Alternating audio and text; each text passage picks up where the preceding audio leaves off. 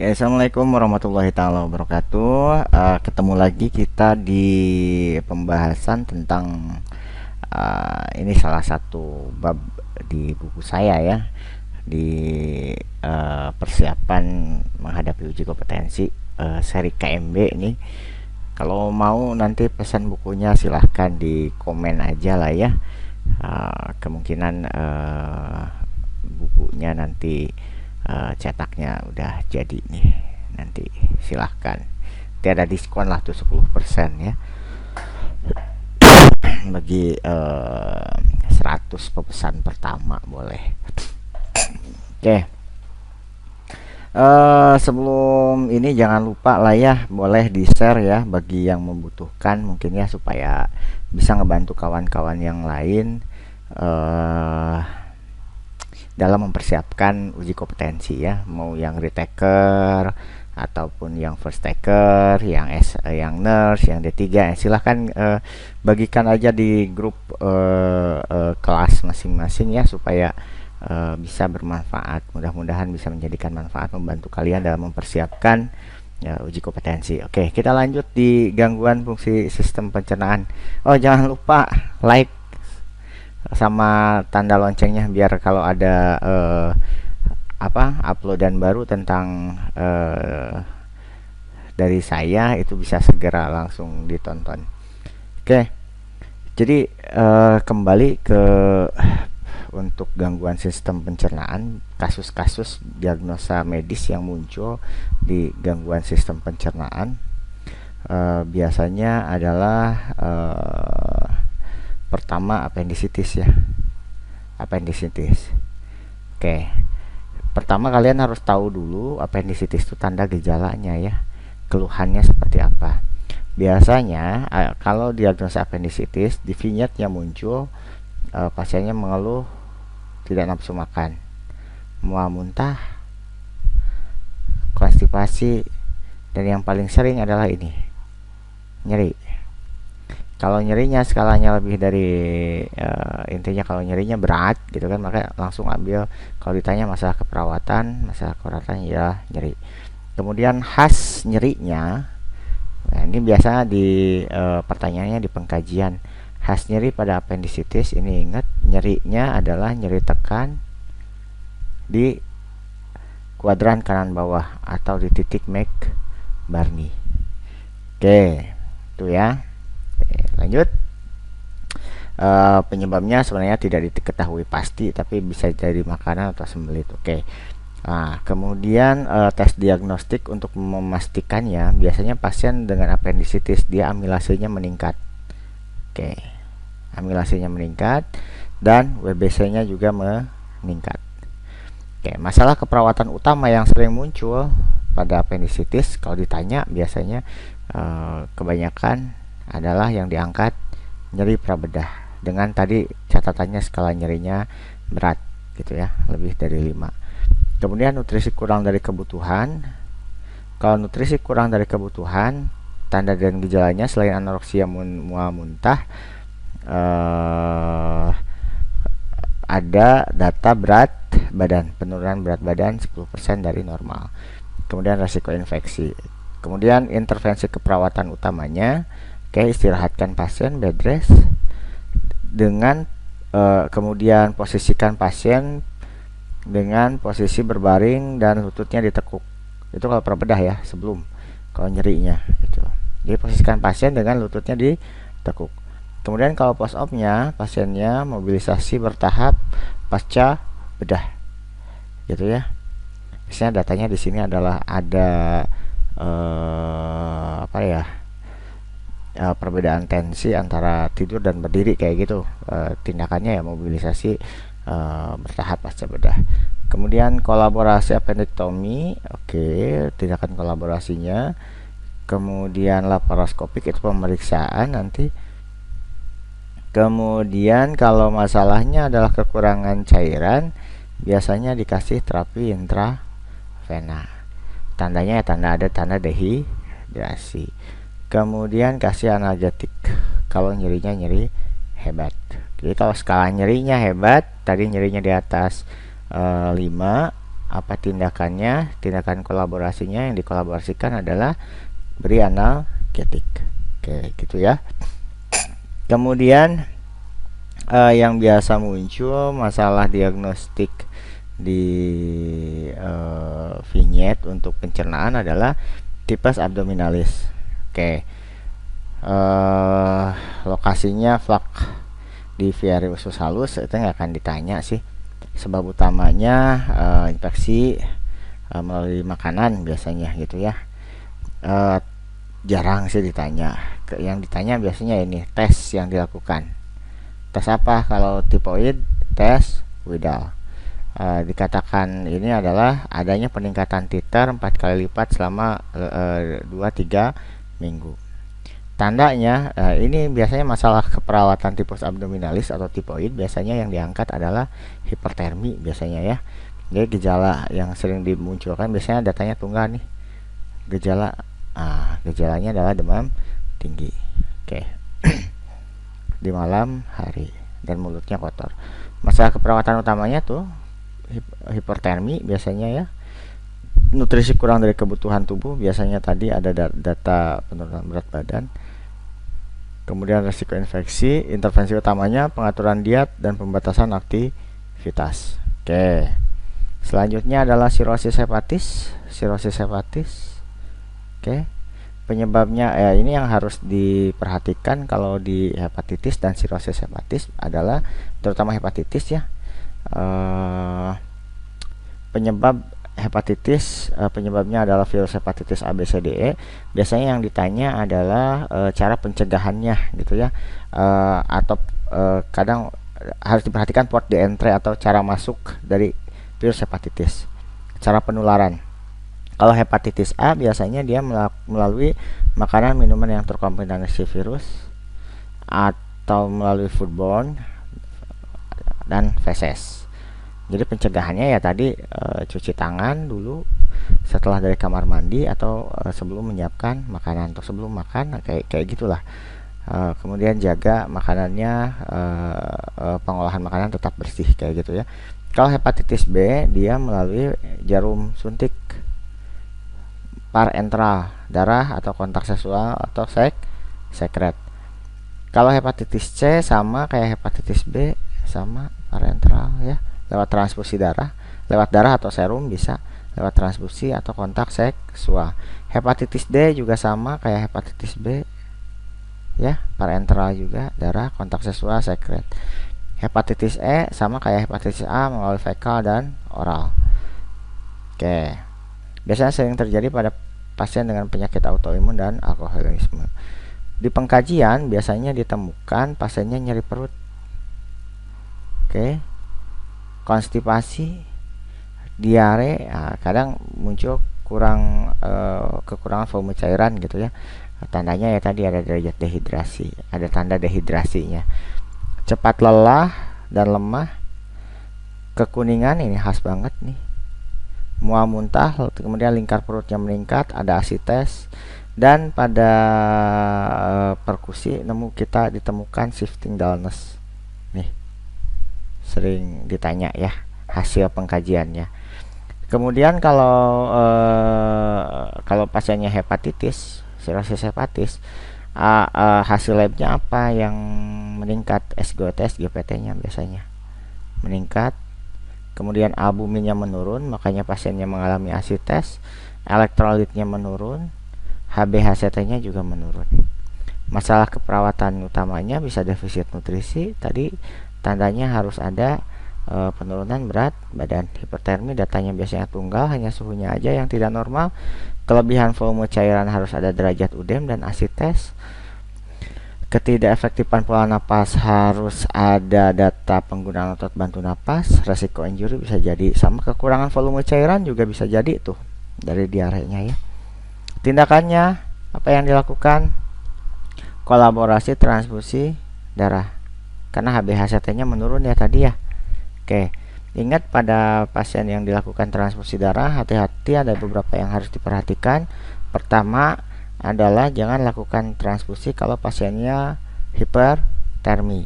Kedua, pada saat transfusi kalau ada reaksi alergi berat maka segera hentikan transfusi kayak gitu ya. Kemudian batasi cairan, kemudian dikasih terapi cairan. Di sini koloid albumin ya, untuk menahan supaya tidak terjadi udem ya.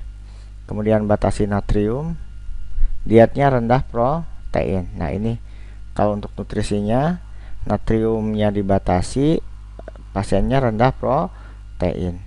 Kaji status pasien enggak, jarang. Ini status kesadaran kalau pasiennya tidak sadar. Kemudian ini nih. Kalau pasiennya peningkatan amoniak tadi dietnya maka harus rendah protein kayak gitu muncul. Kemudian diare. Diare ini diagnosa medis iya, diagnosa keperawatan juga muncul. Untuk membedakan di antara kita ngangkat diare dan kekurangan volume cairan, kalau diare datanya hanya sampai sini aja sih ya. Tapi kalau sudah ada datanya ini, tanda dehidrasi, mata cekung, kulit mukosa bibir kering, penurunan kesadaran, maka kita ambil itu kekurangan volume cairan gitu ya.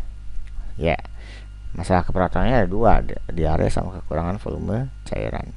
Tindakannya terapi cairan, dikasih cairan, dan monitor intake output.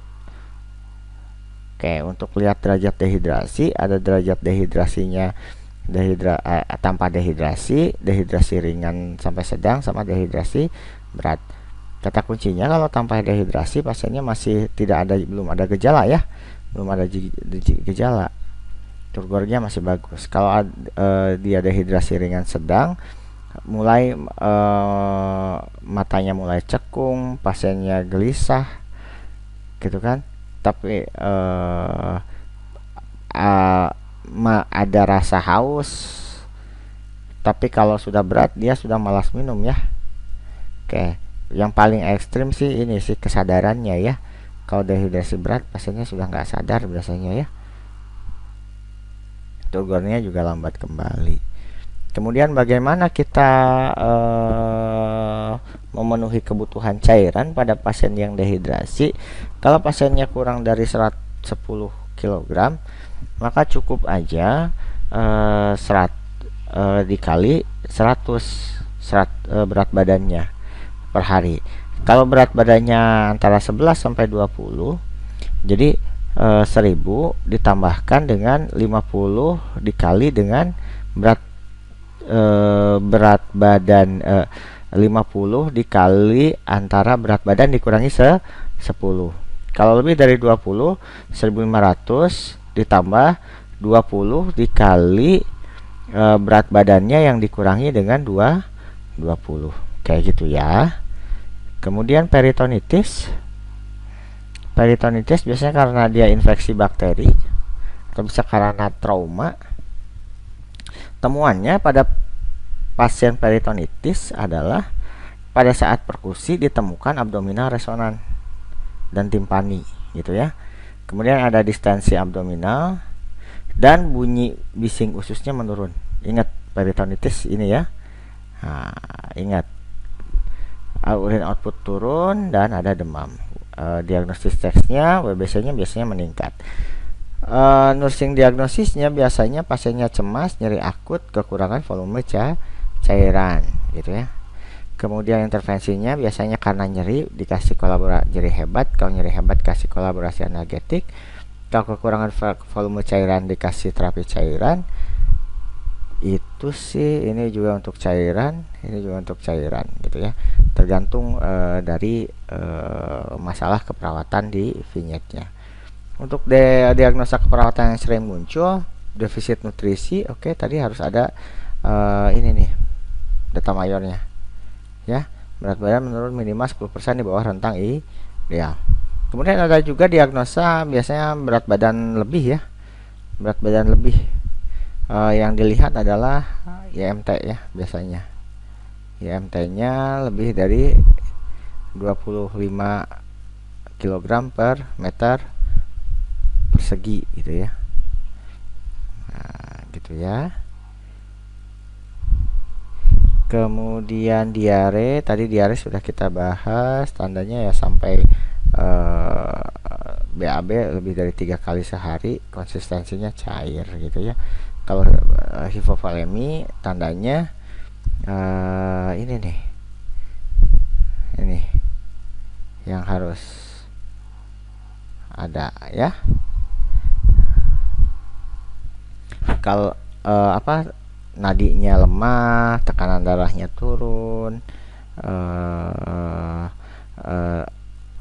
heart rate-nya meningkat gitu ya, ada tanda dehidrasi, membran mukosanya kering, volume urinnya menurun kayak gitu ya.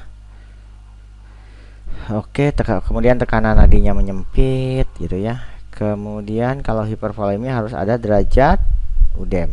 Nah, ada udem ya. Kemudian peningkatan JPP ya, kayak gitu.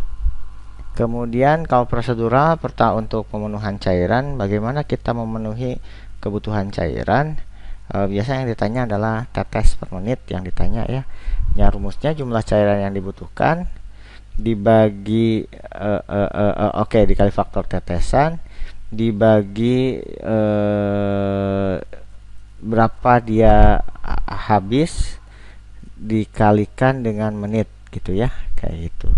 Contoh 500 cc harus habis dalam 10 jam. Jadi 500 cc kan 10 jamnya tadi, ini waktu ya, harus habis dalam 10 jam dikalikan dengan menitnya 60, faktor tetesnya 20. Jadi 16,6 tetes. Gitu ya. Sama sih untuk dewasa ya, sama untuk dewasa ya, faktor tetes juga ya. Tapi ada rumus cepatnya ya, syaratnya kalau pakai rumus cepat kayak gini ya, jumlah kebutuhan yang dibutuhkan itu habis dibagi 500, sama dia harus habis dalam 24 jam gitu ya. Contoh kayak gini, dia membutuhkan misalkan 1500, misalkan 1500 itu kan 3 pelabot ya, 1500 bagi 3 5 kan, harus habis dibagi 500, 1500 bagi 500 kan 3. Nah, 3 dikalikan dengan 7, jadi 21 tetes per menit gitu ya. Oke, kemudian prosedural untuk NGT. Yang paling penting sih di NGT adalah biasanya memastikan ini nih yang ditanya ya, memastikan selang sudah masuk atau belum gitu ya. Tapi nggak apa-apa, kita bahas satu-satu ya. Kita ini inform consent, indikasi pemasangan NGT, prosedur meminta persetujuan, menyiapkan peralatan, cuci tangan, posisikan pasiennya pas setengah duduk ya, posisinya harus biar tidak ada aspirasi ya, dan kepalanya sedikit ditekuk ke depan ya, head roller kalau pasiennya sadar ya. Kalau tidak sadar ya harus ditinggikan juga ya, setengah duduk ya. Kalau sadar pasiennya harus ditekuk ke depan, dagu menempel ke dada gitu ya. Kemudian posisikan pasien dalam posisi terlentang kalau pasiennya nggak sadar ya. Kalau pasiennya nggak sadar terlentang tadi ya, kalau sadar setengah duduk semi fowler. Kemudian lakukan pengukuran. Cara ngukurnya bisa dari telinga ke hidung, atau hidung ke telinga, telinga ke PX, atau dari dahi ke PX boleh. Oleskan jeli, kemudian masukkan NGT secara perlahan, suruh pasiennya menelan. Kalau ada tanda pasiennya sesak napas, sianosis, segera cabut kayak gitu ya.